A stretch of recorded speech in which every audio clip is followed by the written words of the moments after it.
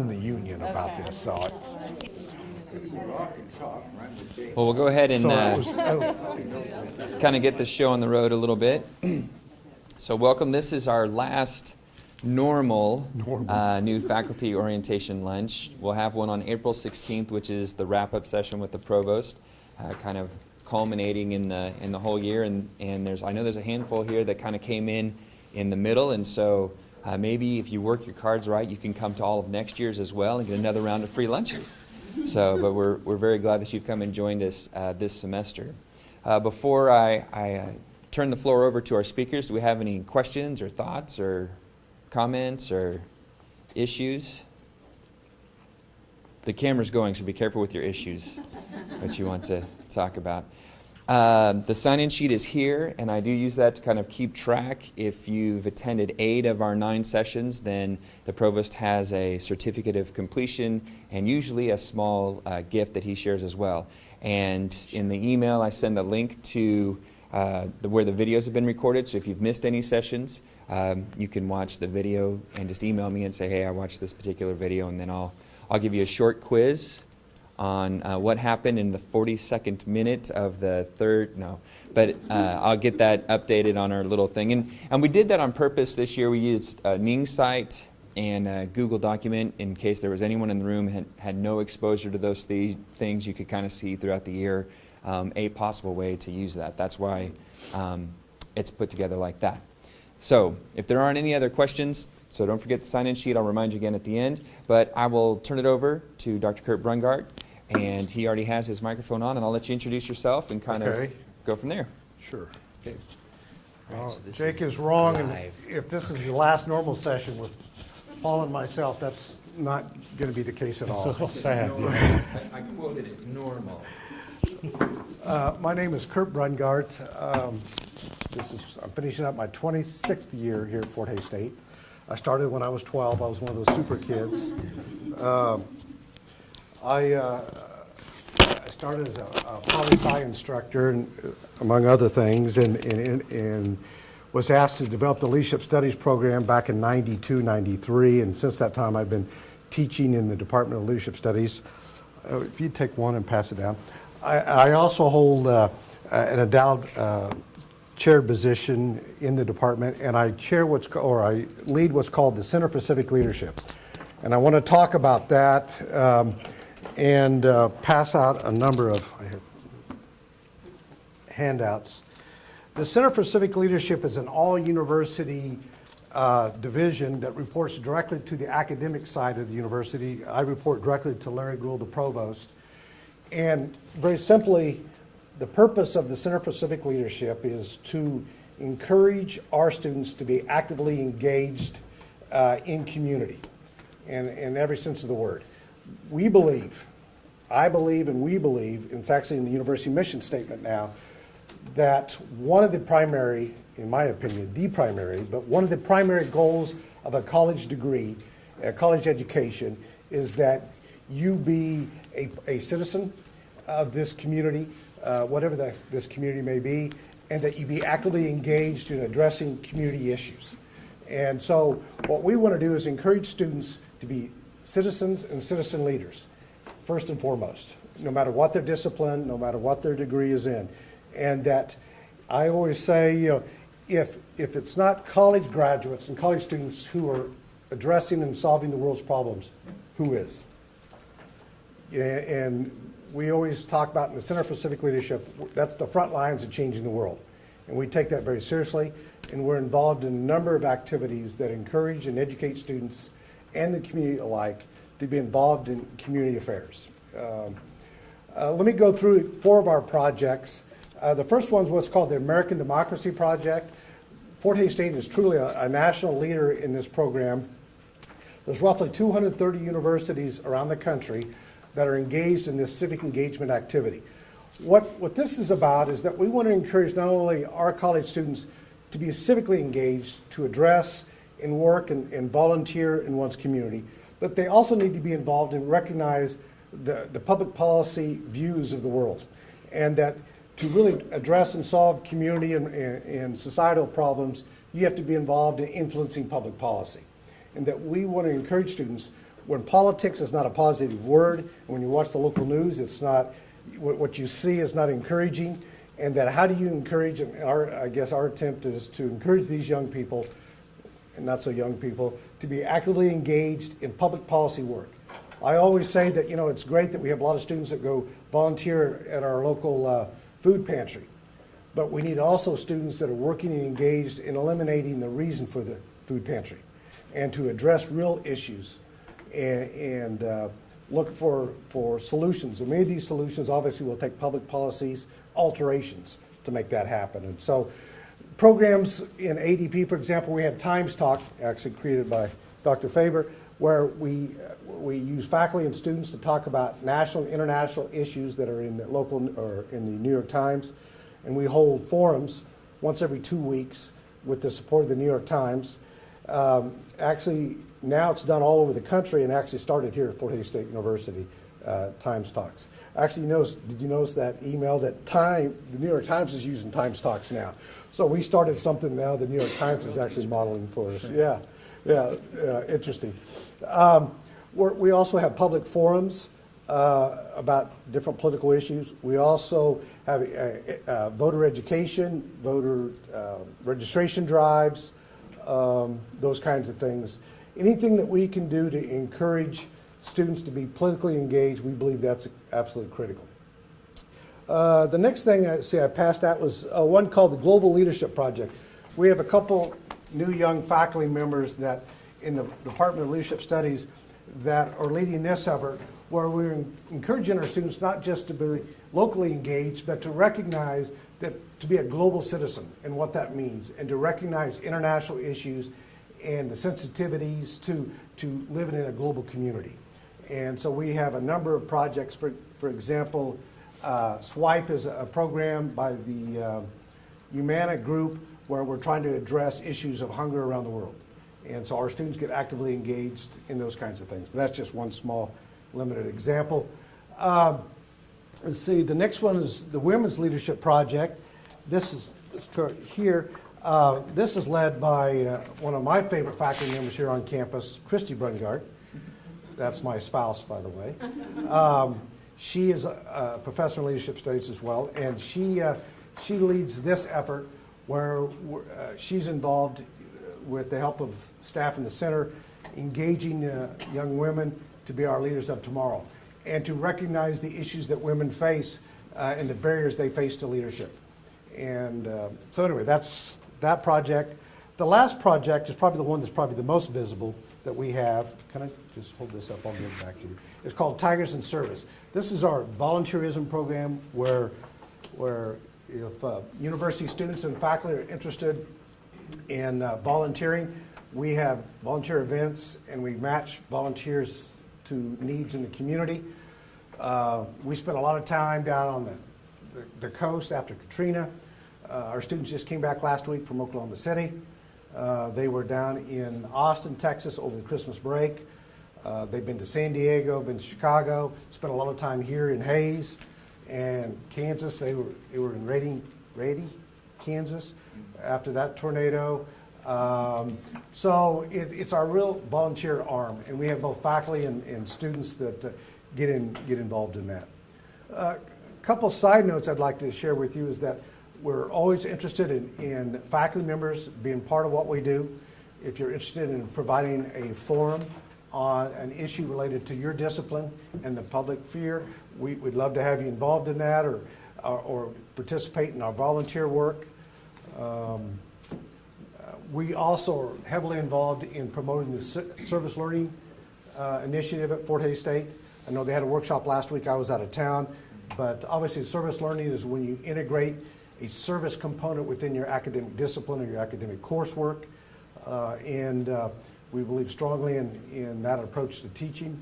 And there's lots of things that you can do in that as well. Can I plug a follow-up?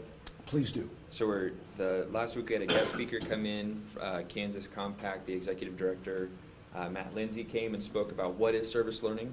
And Wednesday at 1:30 on the main floor of the library where the Times Talk happens, we'll have people from our own campus who've been doing service learning talk about the how. How do you incorporate reflection? How do you assess reflection? How do you use technology to incorporate service learning with your online students? All those kinds of things. So that's following up on Wednesday. I'll send another email about that tomorrow. You know, I think a misunderstanding that many people have about service learning is that the most important part of service learning is that the students are to learn your discipline deeper by serving. And the service is the second component of that. So it's not just you have a class and you go off and do some service. It is about integrating your discipline within that service component. So anyway, I want to share with you, obviously being new to the university community here, that Fort Hays State is truly the leader in Kansas when it comes to civic engagement. Not only are we probably one of the top half dozen ADP schools in America, we were the first Kansas university to get Carnegie classification as a civic engaged university. Today, there's only 2 schools that now have that certification, Kansas State University and Fort Hays State University. However, we beat them by a couple of years in accomplishment. We have administration at this school that truly believes in the civic mission of what we stand for, and we want to make sure that our students leave this campus community engaged and recognize that they hold a responsibility to serve others and to serve their greater community. I always say that if nothing else, there's a transactional relationship here between students that graduate from a public institution that are supported by the citizens of Kansas, have a responsibility to serve and to give back. And I always say if college students don't do it, who else will? So with that, I will stop and entertain questions that you may have. I just had a comment. We all received an email a month, 5 weeks ago from someone at Tigers and Service about a gentleman who had moved into town and was having difficulty unloading his furniture and so forth.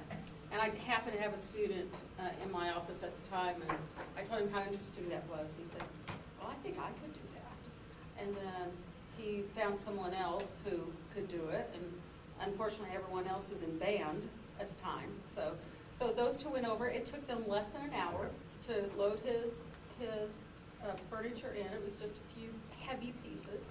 And he offered to pay them, and thankfully they said no.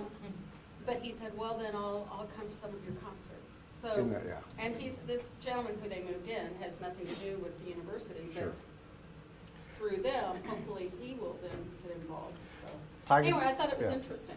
Tigers Service is a clearinghouse, and so when there's needs in the community, then the staff, and these are student-operated, student-run programs, by the way. And most of our programs are funded by the student government, so students tax themselves and fund these programs as well. So, but that's a great example of just helping a person to large, efforts that we put together and that kind of thing. But yes, that's one of the things that we do.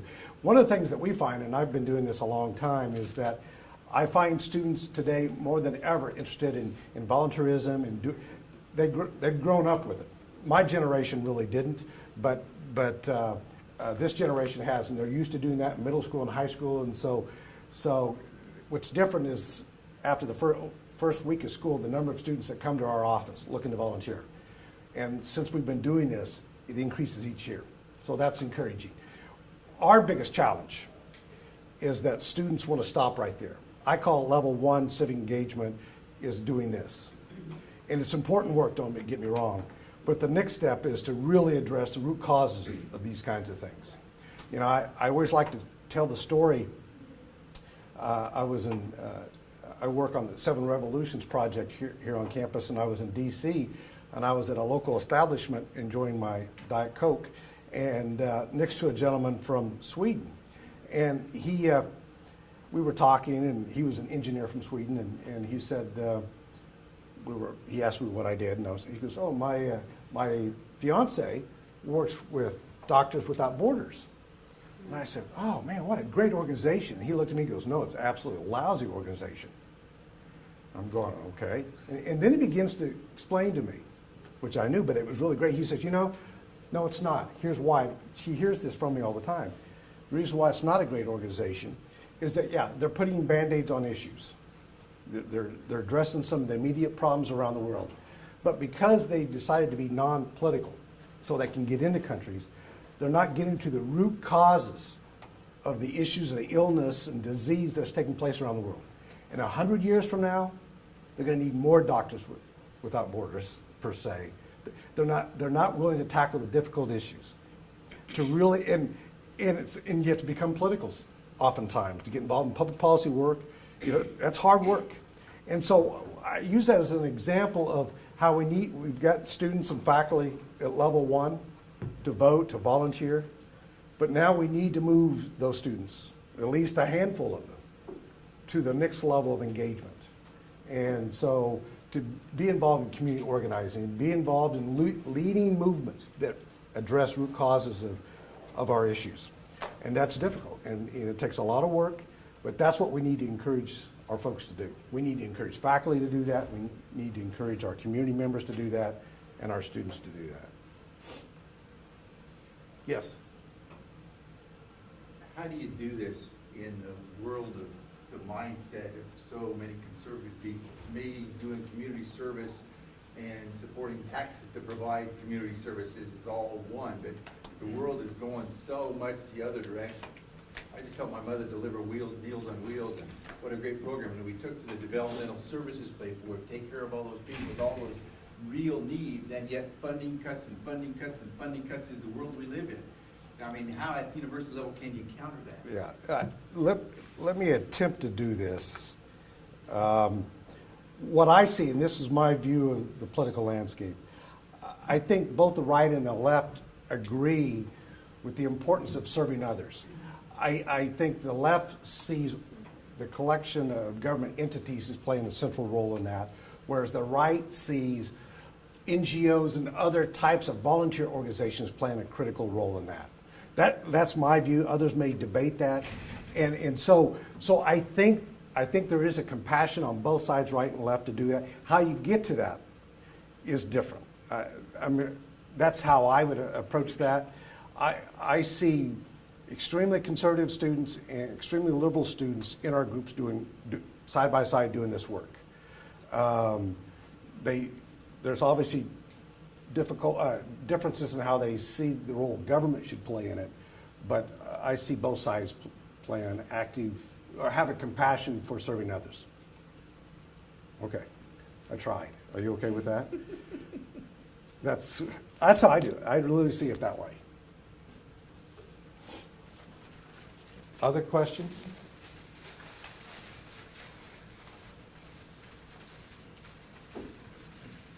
There is a movement among some students that, but it's a small minority, that everybody takes care of themselves. But that small group's only been with us, so, right? And all of these, all in the same place? Yes. There's all of our contact informations on those cards. And So I assume part of this, you're not just getting the kids involved in these, you have also help them concept of organizing and contacting and how to take it to them. We hope that we're instilling some kind of value or attitude toward or passion to that there's a responsibility that you need to play a role in that. Hopefully that we provide the knowledge about how to do that in different capacities. And then a skill set of how you do that. Exactly right. And our hope is that we address all three domains.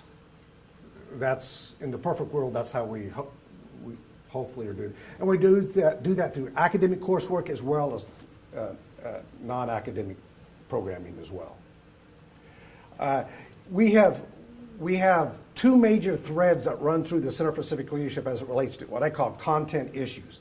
And we're looking at our third one. We focus issues of hunger locally, nationally, and worldwide, and we are focused on violence against women, locally, nationally, and internationally. We have those two threads that run through all these programs. And we're looking to develop a third program.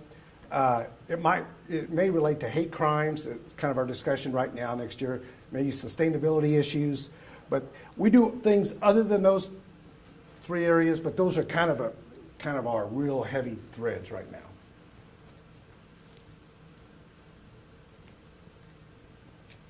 Paul, no questions? I do not. All right. Well, thank you, Dr. Pringer. thank you for inviting me. Sure, sure. Hopefully I didn't take too much time.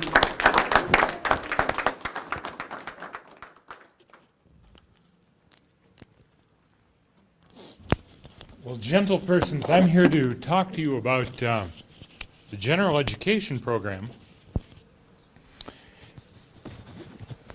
And on the face of it, perhaps one would think that is not very closely tied to the Center for Civic Leadership and the and the programs within that, such as the American Democracy Project.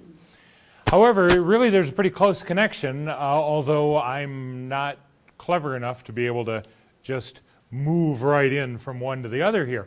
So let me start telling you about the general education program, but then, from the overview.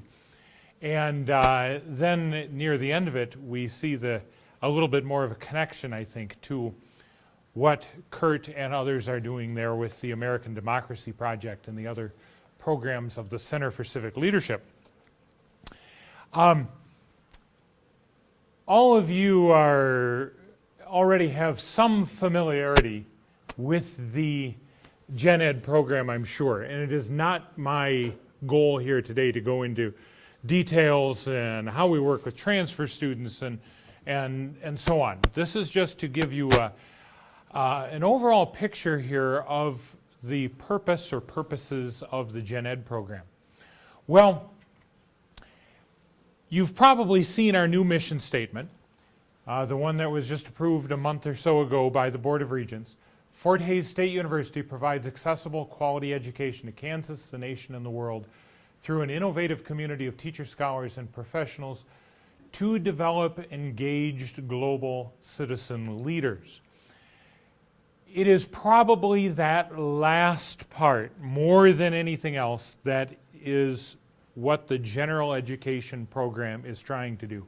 That we are aiming to develop engaged global citizen leaders. A couple of hundred years ago, aristocrats used to move into adulthood typically by taking the grand tour. So an English duke, would head out to Italy and stop and go to Germany and go to Paris and stuff like that. Take a couple of years to see some of the achievements of culture, but also, depending upon their ability, to learn some of the languages of other European nations or to sharpen their learning, since they may have already been taught by a tutor, to engage in some diplomacy and some networking, but to kind of broaden their education. Well, relatively few of us come from aristocratic families, I think. Relatively few of us were able to take a grand tour of Europe. And of course, for a British aristocrat of the 1800s, maybe Europe was a big enough world to investigate. But our world is, of course, just as much connected with China as it is with Germany or Italy or the United Kingdom. So if we were going to finish our education that way, we'd probably have to go to China and Japan and Vietnam and Iran and Iraq, as well as to Italy and Germany and France. Our general education program is the world tour. In our old mission statement, it perhaps, and this is only a part of our old mission statement, it perhaps made that connection a little bit more clearly yet, that the university's primary emphasis is undergraduate liberal education, which includes the humanities, the fine arts, the social and behavioral sciences, and the natural and physical sciences. It was a little bit more detailed about what this is, what we're trying to do to produce globally engaged citizens. Now, a liberal education of the sort that we mention, and that is a defining feature of Fort Hays, that we're a liberal arts institution. A liberal education is not really, though, the subjects that are being taught. It's not as if subject X is liberal and subject Y is not. Rather, the liberality of the education comes in part from how they are taught, and especially from the aim. That is, the aim of a liberal arts education is to produce a liberal, that is, a free and autonomous person. A liberal arts education is, in Fort Hayes' thinking, and this is probably not universally agreed upon, but in our documents we say that a liberally educated person, a person capable of free and autonomous involvement in the world, is a person who is knowledgeable, who is civic, although maybe one would say, I mean, if you wanted a little bit more euphonious English there, we would perhaps say civically engaged or a citizen. We want people who are knowledgeable, who are civic, who are reflective, and who are holistic. Now, if you were to go to this document, and actually I think I've got it set up that it's a link that will come up. The qualities of the liberally educated person are spelled out in more detail. You perhaps can't read them from there, but we try to pack a lot into those things. I mean, when we say a liberally educated person has 4 characteristics, there's really a lot built into that. That last one, for example, that a person is holistic. I'm not even sure that holistic has all that much of a common meaning. I mean, just on the corner of 8th and Main, but we use it to mean a holistic person understands and appreciates his or her relationship to the wider society, to culture and environment. Such a person is tolerant and values diversity.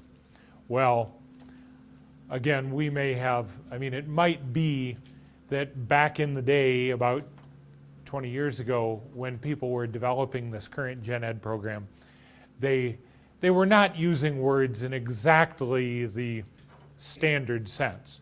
But those are the 4 categories of things: a knowledgeable person, a civic person, a reflective person, and a holistic person. How do we try to do that? Well, this is, I'm sure, quite familiar to you if you've started doing any advising. In our Gen Ed program, it's divided into 2 big parts, but then one of those parts is itself further divided into a few here. It's built on foundation studies. Our belief is that there are certain skills anyone should master, I mean, at least to some degree, in order to be able to be a liberally educated person, in order to be a free and autonomous individual contributing to the world. And so those are skills in writing, in oral communication, writing and reading, in oral communication, in mathematics, in understanding and guiding one's own life in terms of personal well-being. Then, the other big category is the liberal arts. But the liberal arts are here divided into different parts because of our perception that, well, I guess this part of it wouldn't be too controversial, that I think Bill Cosby used to say, I started out as a child. Well, all of us start out as children in some specific place, some specific time, in a specific family. I mean, our initial experience has to be, any human being's experience is limited.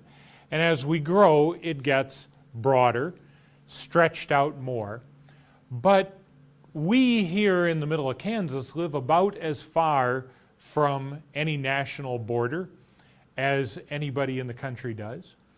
And our perception was some years ago that we probably had to make a special effort to try to understand the interconnectedness of the world now. So we built in an international studies component, I mean, as a, you might say, as a solution to a problem of parochialism. It's not, I mean, all of the liberal arts are inherently globally oriented, but we thought we had to really concentrate on pointing out these global connections. So we have this international studies component. Then much of the general education program is in the so-called distribution requirements, attempts to understand how we gain knowledge of the world, how we gain knowledge of ourselves, which is especially in the humanities and arts area, how we gain knowledge of the groups in which we live, the social and behavioral sciences areas, and how we gain knowledge of the physical environment in which we live, which is done primarily in the mathematics and physical sciences area, physics and physical and natural sciences areas. Now, I mean, so we, you know, the Western world has adopted a strategy over the years and found it to be very helpful, a kind of divide and conquer strategy. I mean, that is, divide up reality into a small piece, develop methods of understanding, methods of gaining knowledge that are particularly appropriate for that reality, and employ those methods in that area. So we've kind of divided it up and thereby gained a great deal of knowledge.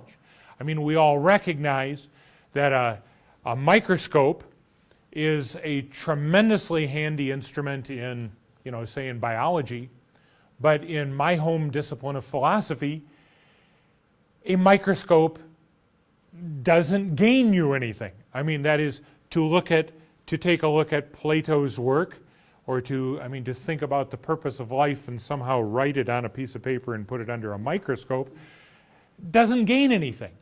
We recognize that we have to, that we develop different methods of seeking truth in different areas.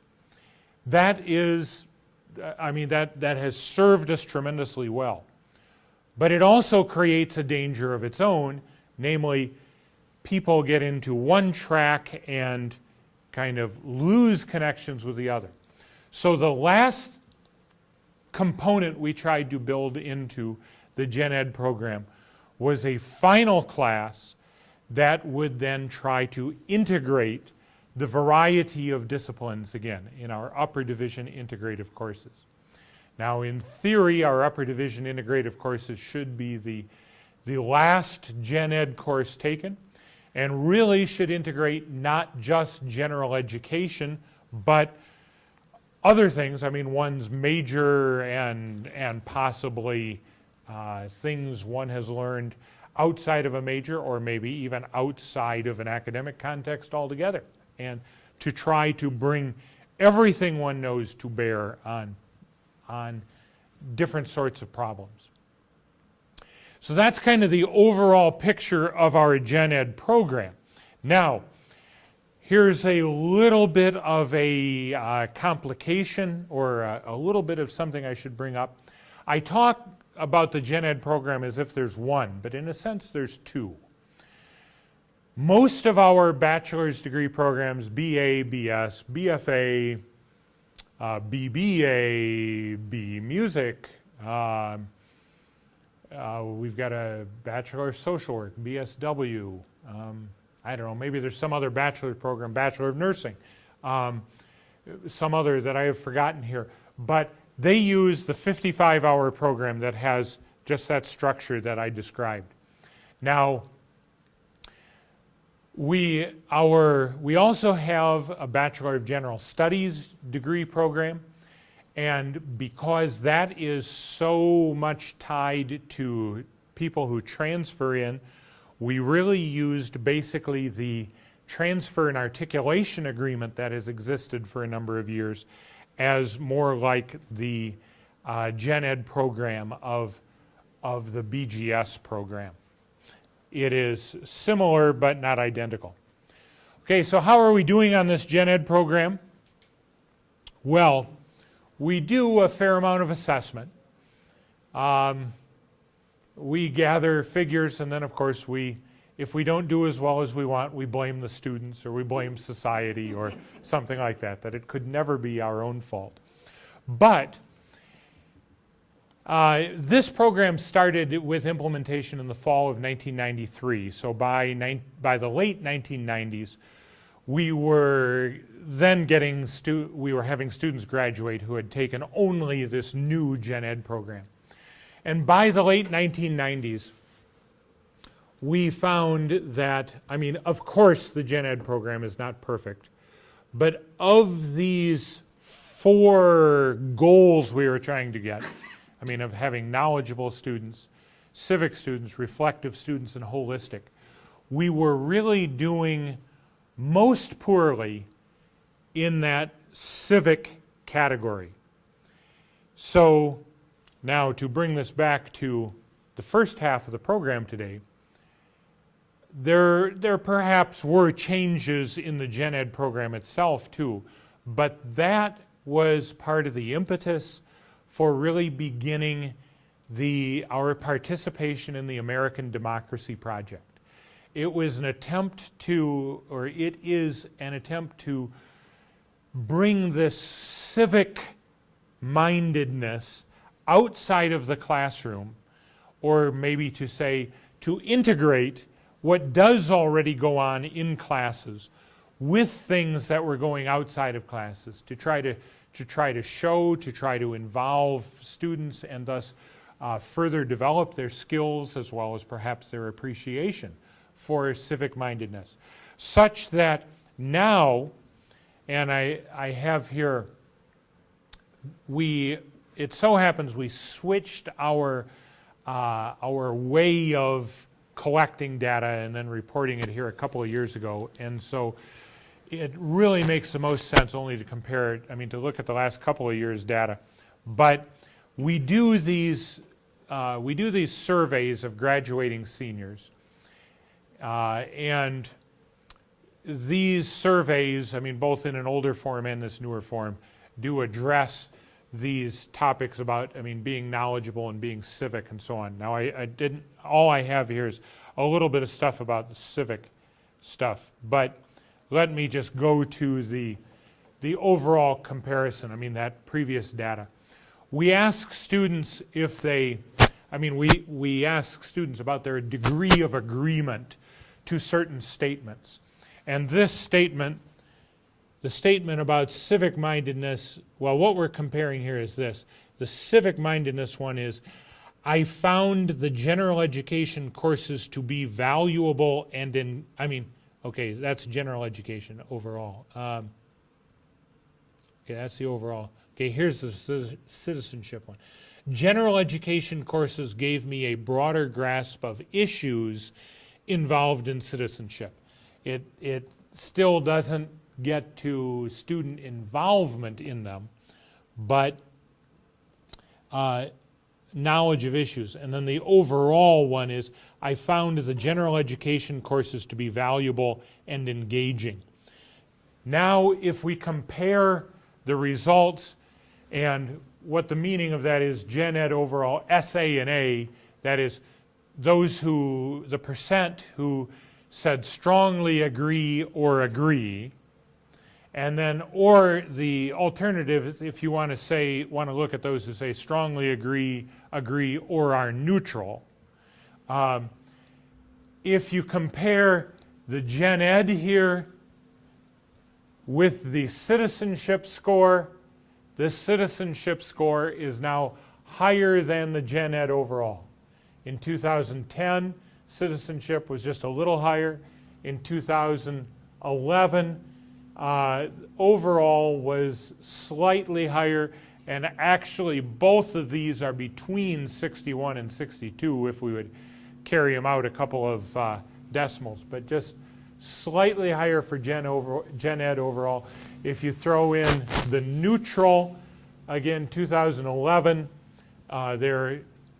they were very close to the same, and again, very close to the same on in 2010 as well. So you don't have the data here, you just have to believe me on that, and there's no reason to do that. But if we compare that with data of 10 years ago, of late 1990s, early 2000s, citizenship was really lagging behind. And now, through things like Tigers in Service and the American Democracy Project and so on, as well as perhaps whatever other social changes there are, and changes, and maybe more intentional attempts by people in class to talk about being civically engaged.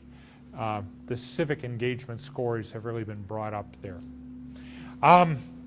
Well, that is about all I have to say. The university catalog has a few pages of material about the general education program, about the goals of the general education program, and the catalog is available, of course, online. There is also a document that is called the General Education Advising Handbook. That was originally produced in paper. You may have a copy in your office. It is one that is supposed to stay with your office even when your predecessor left. But you can understand how a book like that would really go for a lot on the black market, and so probably your predecessor stole it and sold it. But that is, in recent years, we have not printed more copies of it. We just have it available on the, it is available on the internet. Unfortunately, and of course, I won't say this on camera here, plug the microphone, since we have the new website, it's almost impossible to find on the new website, but it's there on the internet. It has not only an outline of the program, but it has a lot of questions and answers about peculiarities of transfer and so on, and it has a description of almost all the courses, an expanded description of almost all the courses in the Gen Ed program, though we probably haven't kept up with the last couple of changes to it. At least I don't guarantee that we've kept up with the last couple of changes. Well, gentle persons, do any of you have any questions or comments, or it seems to me that Pauline should probably have an appropriate sonnet, although sonnets are probably not as easy to come up with on the spot as maybe a limerick. So Limerics are much easier. I do have a question for you, though. Okay. Like sonnet. The hard copy, the URL you've got listed there for the advising handbook. yes. I have in my office a very old and dusty transfer brochure, transfer of credits folder. Would the more updated information be available through that? Well, this is, I guess I don't know. I don't know what the brochure is that you are speaking of. It's the transfers from the university colleges or community colleges that we have agreements with. Yeah, I don't know. We have 200, well, I don't know, maybe not that many. We have 100 transfer and articulation agreements with different schools. So, I mean, this would be a different thing than just about transfers. So if I were looking to see what the transferability of something was, I would be able to find it here? No, this is not about, I mean, this is about the vision, the goals, then commonly asked questions, and about, and then descriptions of all the courses in the Gen Ed program. But this is a PDF document. Let me just take you here just to, I mean, this is just going down at random, that it has the official description, but then also the objectives of the course as they were, I mean, in the initial process of applying to have a course included in the general education program, the objectives have to be laid out much more. Each department then was each of the relevant departments was invited to expand upon that. And so that course content there, that section is a less official document, but something that English would have provided some years ago, and then some other suggestions about other things to do, like what next. Any 500 level literature course, we don't have 500 level classes at Fort Hays anymore, so that would be something that we ought to get around to updating one of these days, but we haven't. Any other questions or comments or thoughts? Yes, sir. Maybe this is a philosophical question, but would you say students who do this general studies degree are the most liberated of students?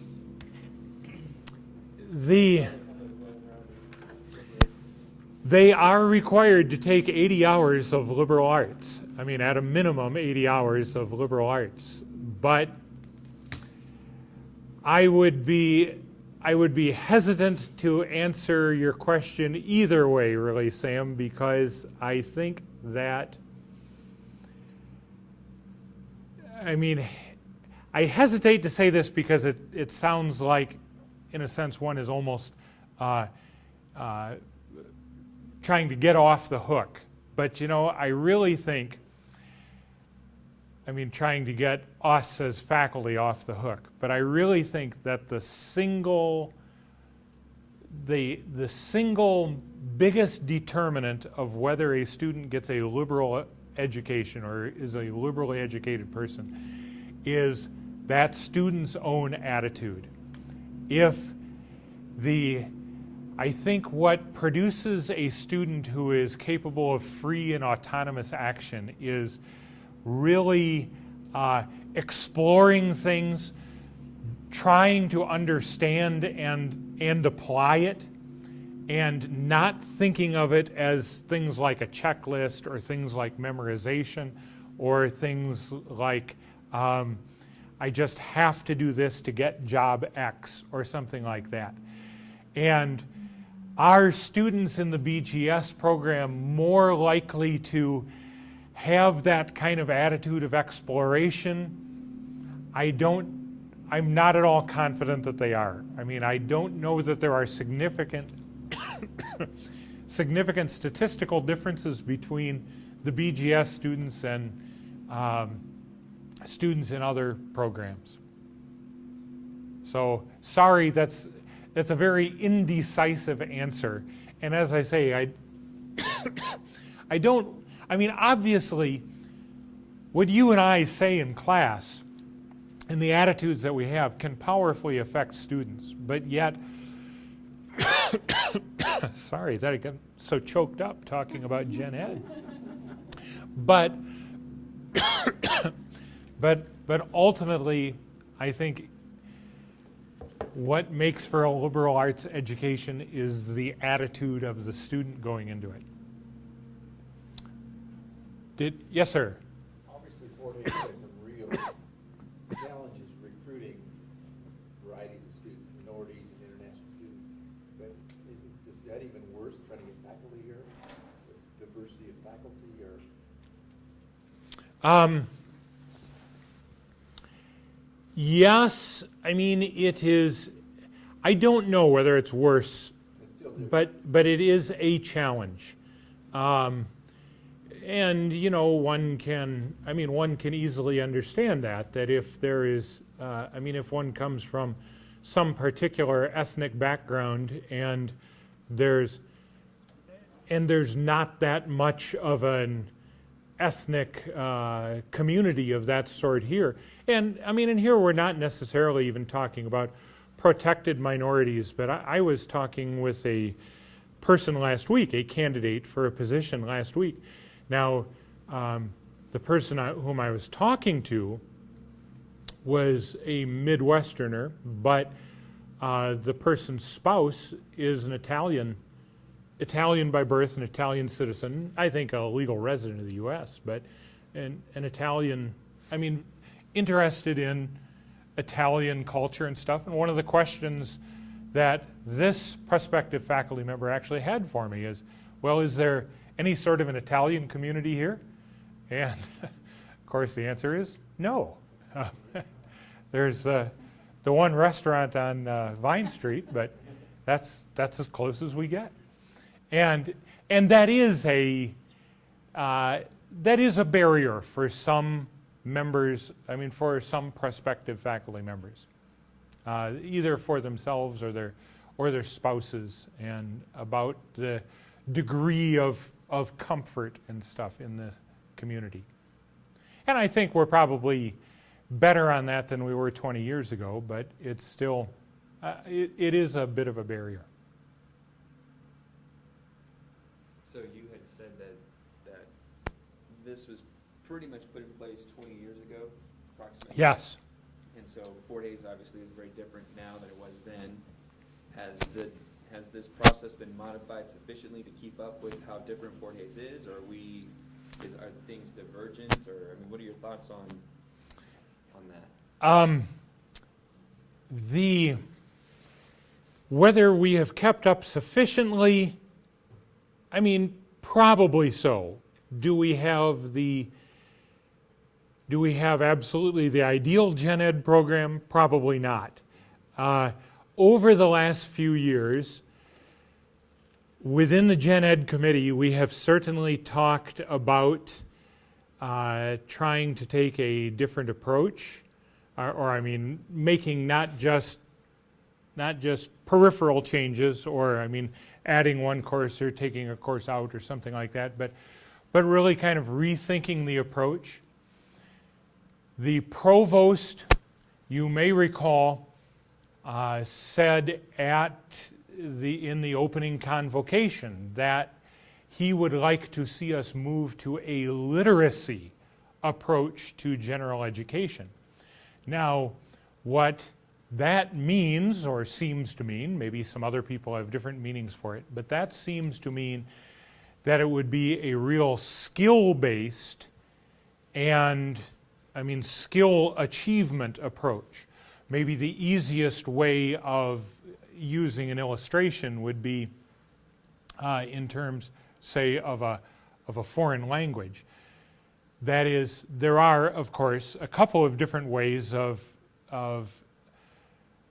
developing competency in and showing ability, showing literacy in French, say. Maybe you take structured courses in French, French 1, French 2, etc.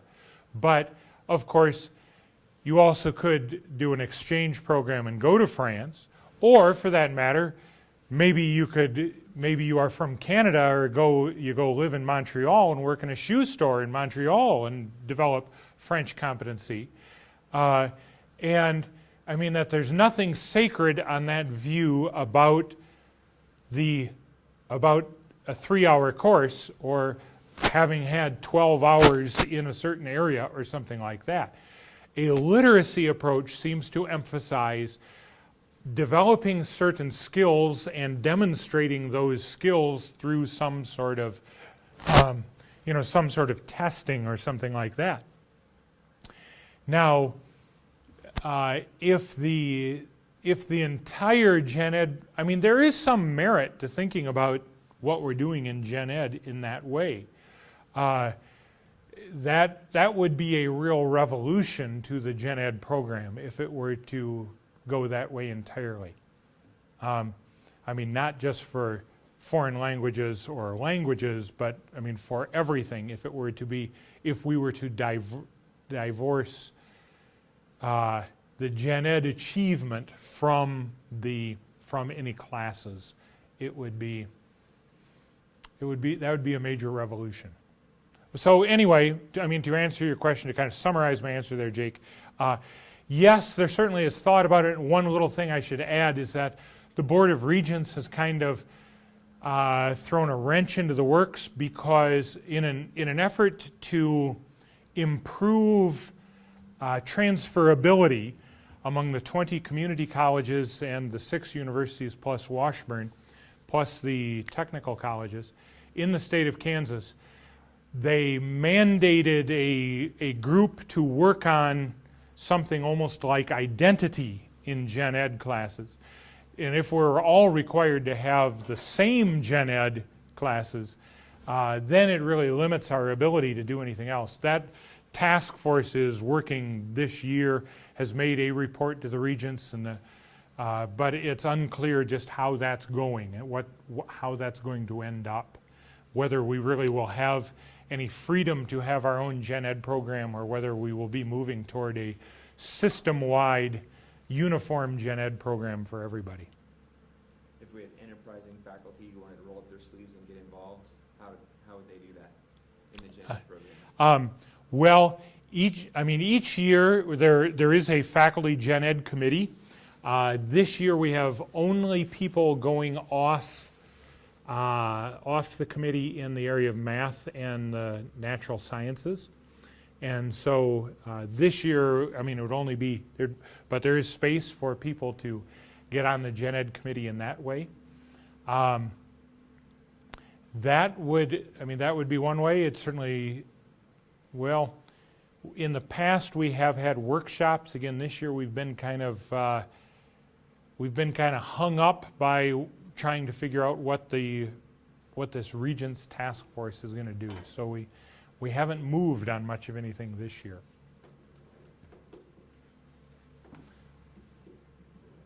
Other questions or thoughts here? Thank you, Doc. Well, if not, thank you. And